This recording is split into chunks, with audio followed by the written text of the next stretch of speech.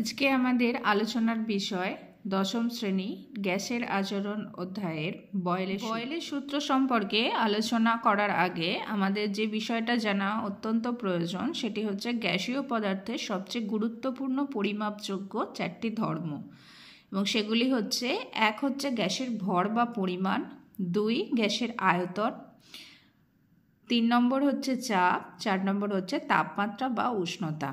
গ্যাসের ভর বা পরিমাণকে আমরা এন দ্বারা প্রকাশ করি, গ্যাসের আয়তন অর্থাৎ ভলিউমকে ভি দ্বারা প্রকাশ করা হয়, চাপ প্রেসার অর্থাৎ পি, তাপমাত্রা বা উষ্ণতাকে টি দ্বারা প্রকাশ করা হয়। বয়েলের সূত্রের ক্ষেত্রে এই চারটি রাশির মধ্যে গ্যাসের ভর বা পরিমাণটা নির্দিষ্ট থাকে, তাই এটি হলো একটি ধ্রুবক রাশি, এবং তাপমাত্রা বা উষ্ণতাও স্থির থাকে, উষ্ণতার কোনো পরিবর্তন এক্ষেত্রে হয় না, তাই উষ্ণতাও হচ্ছে একটি ধ্রুবক রাশি। বয়েলের সূত্রে আয়তন এবং চাপ পরস্পরের ওপর নির্ভরশীল এবং তাদের পরিবর্তন ঘটে, তাই এদেরকে বলা হয় চলরাশি বা পরিবর্তনশীল রাশি।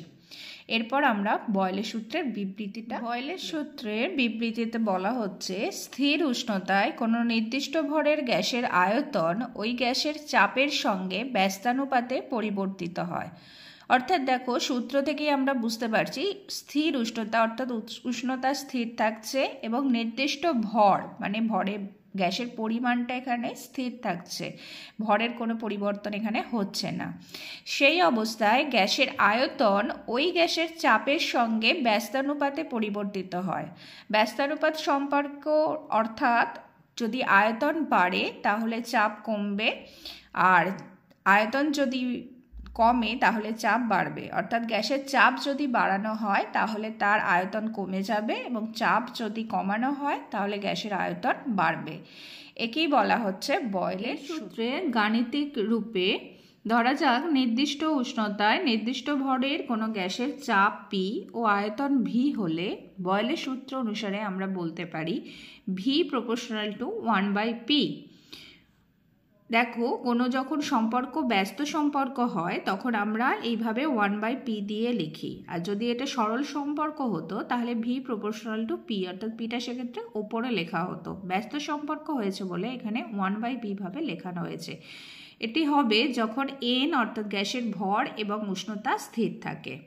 তো তোমরা জানো যে এই সূত্র ক্ষেত্রে এখানে ভি এর এই প্রপোর্শনাল চিহ্ন তুলে দিয়ে আমরা যদি সমান চিহ্ন লিখি তাহলে সেক্ষেত্রে আমরা একটা সমানুপাতিক ধ্রুবক লিখি। এখানে সেই ধ্রুবকটাকে কে দ্বারা প্রকাশ করা হচ্ছে, তাহলে ভি সমান হলো k/p, অর্থাৎ পি আর ভি কোনাকুনি গুণ হয়ে গেলে আমরা বলতে পারি পিভি ইজিক্যাল টু কে, যেখানে কে সমান হচ্ছে সমানুপাতিক ধ্রুবক বা কনস্ট্যান্ট।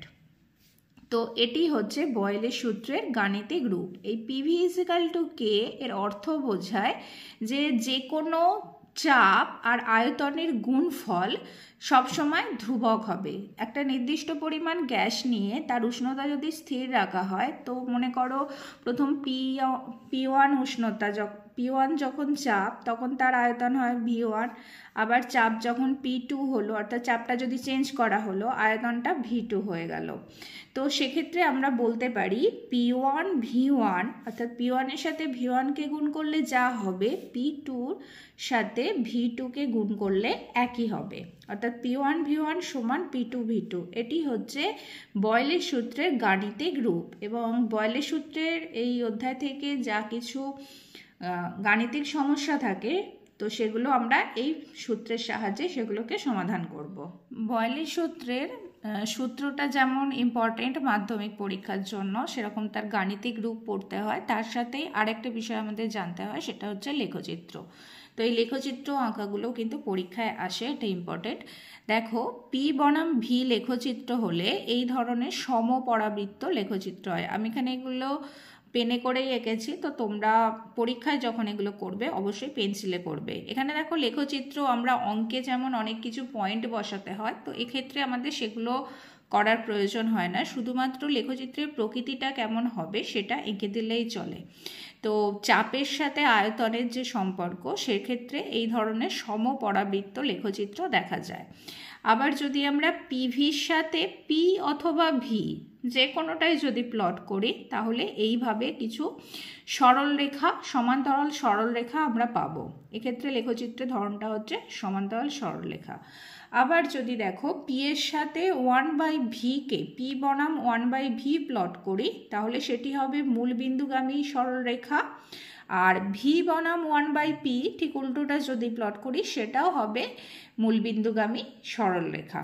তো এই রকম কিছু লেখচিত্র পরীক্ষায় আসে, যেটা আসবে সেটা তোমরা পেন্সিলের সাহায্যে জাস্ট এইভাবে একটু লিখে দিলেই।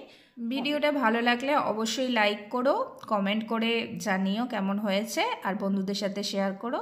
Thank you.